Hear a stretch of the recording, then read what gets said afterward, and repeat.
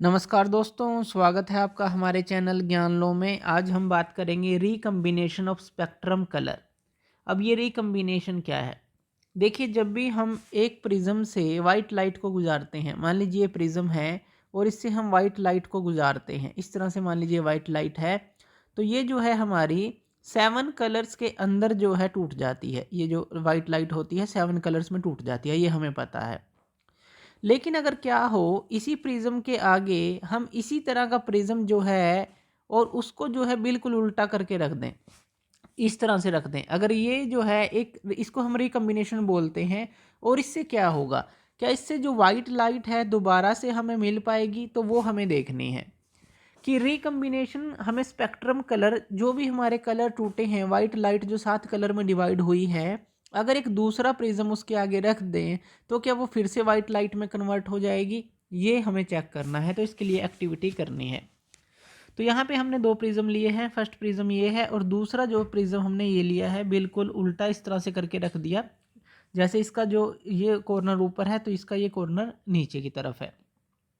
अब हमने पैरेलली इनको प्लेस कर दिया है, इसकी अपसाइड डाउन कर दी है।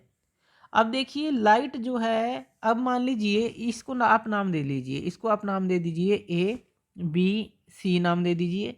इसी तरह से इसको आप नाम दे देंगे ए डैश, बी डैश और सी डैश। ए डैश, बी डैश और सी डैश आपने नाम दे दिया। यानी कि ये जो ए वाला कॉर्नर है वो नीचे आपने कर दिया, ए डैश इस तरफ है। तो अब देखिए वाइट लाइट जो है, मान लीजिए जो वाइट लाइट है वो इसके अंदर एंटर करती है।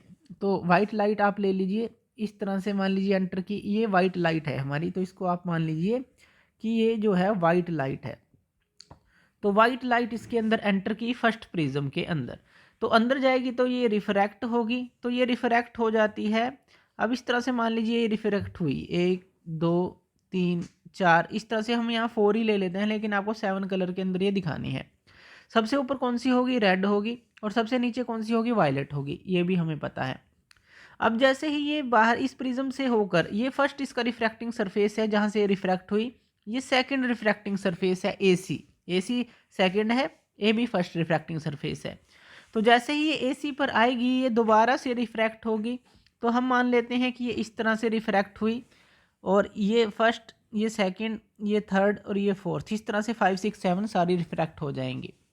उसके बाद अब ये ए डैश बी डैश फेस पर पहुंच गई हैं सेकंड प्रिज्म के, यानी कि ये भी एक रिफ्रैक्टिंग सरफेस है, ये इसका रिफ्रैक्टिंग सरफेस है फर्स्ट और सेकंड, जो कि हमने अपसाइड डाउन प्रिज्म लिया है। अब इसके अंदर जब वो जाएगी तो फिर से वो रिफ्रैक्ट होना स्टार्ट करेगी।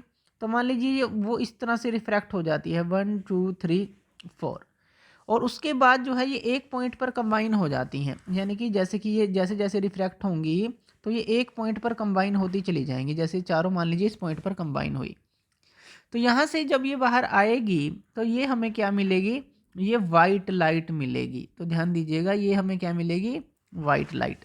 वाइट लाइट हमारी एंटर की 7 कलर्स के अंदर, यहाँ पे ये टूटी। फिर से अगर हम इस तरह का प्रिज्म हमने अपसाइड डाउन करके रख दिया तो फिर से ये इनको एक कंबाइन कर देगा और एक वाइट लाइट में कन्वर्ट कर देगा। तो जो लाइट होगी हमारी, वो हमारी वाइट कलर की होगी। ये क्यों हुआ? ये हमारा इसलिए हुआ क्योंकि ये जो डिस्पर्जन प्रोड्यूस हुआ है इस ए बी सी के कारण, इस प्रिज्म के कारण जो डिस्पर्जन प्रोड्यूस हुआ, यानी कि इसने 7 कलर में जो इसको लाइट को तोड़ा, तो ये जो दूसरा प्रिज्म है A dash B dash C dash, ये बिल्कुल इसके अपोजिट काम करेगा और इन्हीं सातों कलर्स को ये एक तरह से कंबाइन कर देगा और एक वाइट लाइट में कन्वर्ट कर देगा।